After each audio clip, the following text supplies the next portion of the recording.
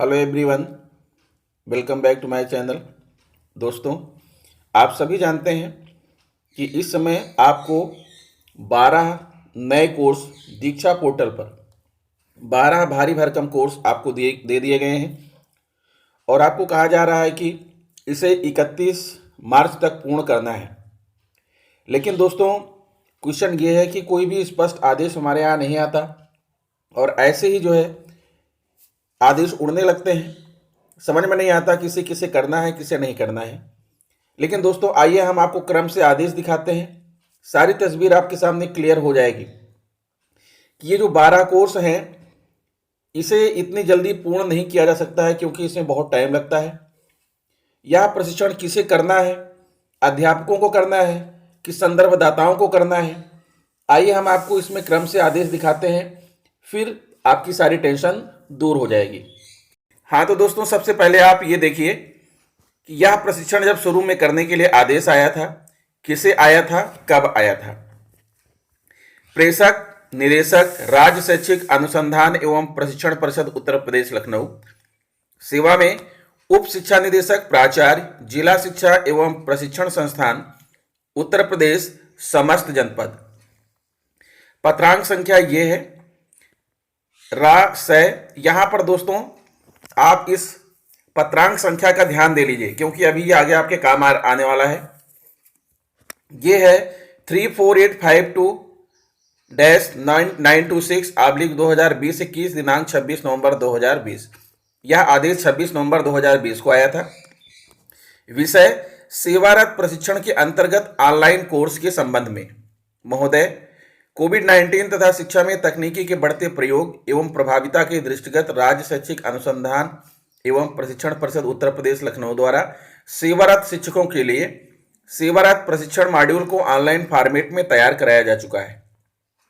उक्त के क्रम में निम्नवत प्रशिक्षण कार्यक्रमों के मॉड्यूल का विकास किया जा चुका है तथा दीक्षा पोर्टल पर अपलोड किया गया है। और दोस्तों, ये कोर्सेज के नाम थे, कौन कौन से कोर्स हैं और इसे किसे करना था, प्राथमिक में, उच्च प्राथमिक में, ये पूरे 12 कोर्सेज के नाम भी आदेश के साथ संलग्न थे। फिर आगे कहा गया था प्रथम स्तर पर प्रत्येक विषय के ऑनलाइन प्रशिक्षण हेतु प्रत्येक जनपद से प्राथमिक उच्च प्राथमिक विद्यालयों के 9 शिक्षकों तथा 1 डायट के प्रवक्ता संदर्भदाताओं मास्टर ट्रेनर्स के रूप में प्रशिक्षित कराया जाना है। ऑनलाइन प्रशिक्षण प्रारंभ होने की तिथि 1 दिसंबर 2020 तथा प्रशिक्षण बंद होने की तिथि 31 दिसंबर 2020 है। अतः प्रशिक्षण दिनांक 1 दिसंबर 2020 से 31 दिसंबर 2020 के मध्य ही नामित शिक्षक एवं प्रवक्ता को करना है। दोस्तों, पहले इस प्रशिक्षण को करना था नामित शिक्षक और प्रवक्ता को, डायट प्रवक्ता को। उसमें से मैं भी एक था दोस्तों, मुझे भी इंग्लिश का संदर्भदाता बनाया गया था और मैंने वह प्रशिक्षण पूर्ण भी किया। प्रत्येक डाइट से एक प्रवक्ता को अधिकतम 2 कोर्स में ही संदर्भदाता बनाया जा सकता है, लेकिन एक शिक्षक केवल 1 कोर्स में संदर्भदाता बन सकता है। प्रत्येक कोर्स हेतु संदर्भदाताओं मास्टर ट्रेनर्स अलग अलग शिक्षक होंगे। उक्त समस्त विषयों की लिंक की सूची संलग्न है। संलग्न लिंक को क्लिक करके प्रशिक्षक को दीक्षा पोर्टल पर स्वयं को रजिस्टर कर लॉगिन करना होगा। दीक्षा ऐप पर लॉगिन करने की प्रक्रिया संलग्न है। प्रशिक्षण कोर्स हेतु नामित प्रवक्ता जिला शिक्षा एवं प्रशिक्षण संस्थान का विवरण दिनांक 30 नवंबर 2020 तक परिषद कार्यालय को उपलब्ध कराने का कष्ट करें। संलग्नक उक्तवत भवदीय संयुक्त निदेशक राज्य शैक्षिक और अनुसंधान प्रशिक्षण परिषद उत्तर प्रदेश लखनऊ। तो दोस्तों, ये तो शुरू में आया था आदेश, आप समझ लीजिए कि ये जो है 31 दिसंबर तक इसको पूर्ण करना था। लेकिन दोस्तों, यह जो है प्रशिक्षण प्रत्येक कोर्स इतना लंबा है, पूरी की पूरी पुस्तक इसमें छाप दी गई है और 1-1 घंटे की वीडियोस हैं कि यह उस समय में प्रशिक्षण पूर्ण ही नहीं हो पाया। जब पूर्ण नहीं हो पाया तो इसकी डेट को आगे बढ़ाया गया और वो डेट कब तक बढ़ाया गया, मैं दिखाता हूं आपको अगला आदेश। दोस्तों, अब आप इस आदेश को देखिए तो आपके सारे कंफ्यूजन क्लियर हो जाएंगे।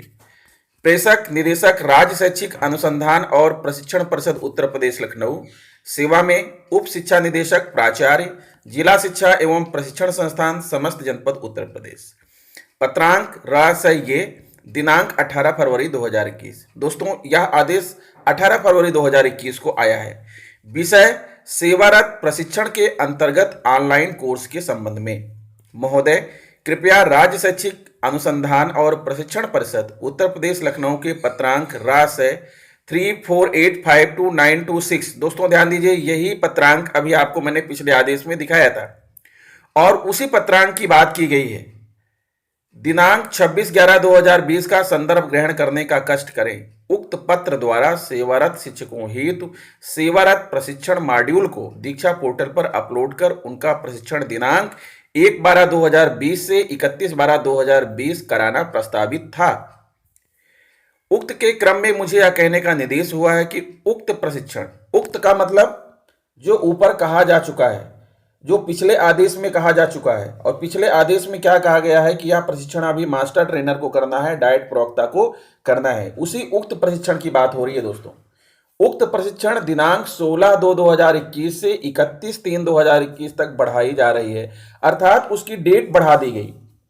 16 फरवरी 2021 से 31 मार्च 2021 तक बढ़ाई जा रही है, यानी 31 मार्च तक इस आदेश के तहत अगर आप संदर्भ निकालते हैं तो 31 मार्च तक तो अभी डेट है किसके लिए? संदर्भदाताओं के लिए, डाइट प्रवक्ता के लिए, कि 31 मार्च तक जो है वो इस कोर्स को पूर्ण करें।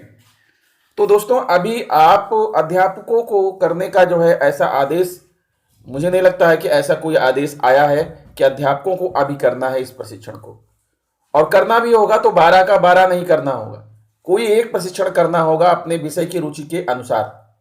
तो दोस्तों आपके जिले में अगर ऐसा आदेश आ गया है तो आप उसको करिए, अगर नहीं आया है तो आप इसके पीछे इतना परेशान मत होइए, क्योंकि 31 मार्च तक आप यहां देख पा रहे हैं कि 31 मार्च तक यह प्रशिक्षण संदर्भदाताओं को ही करना है।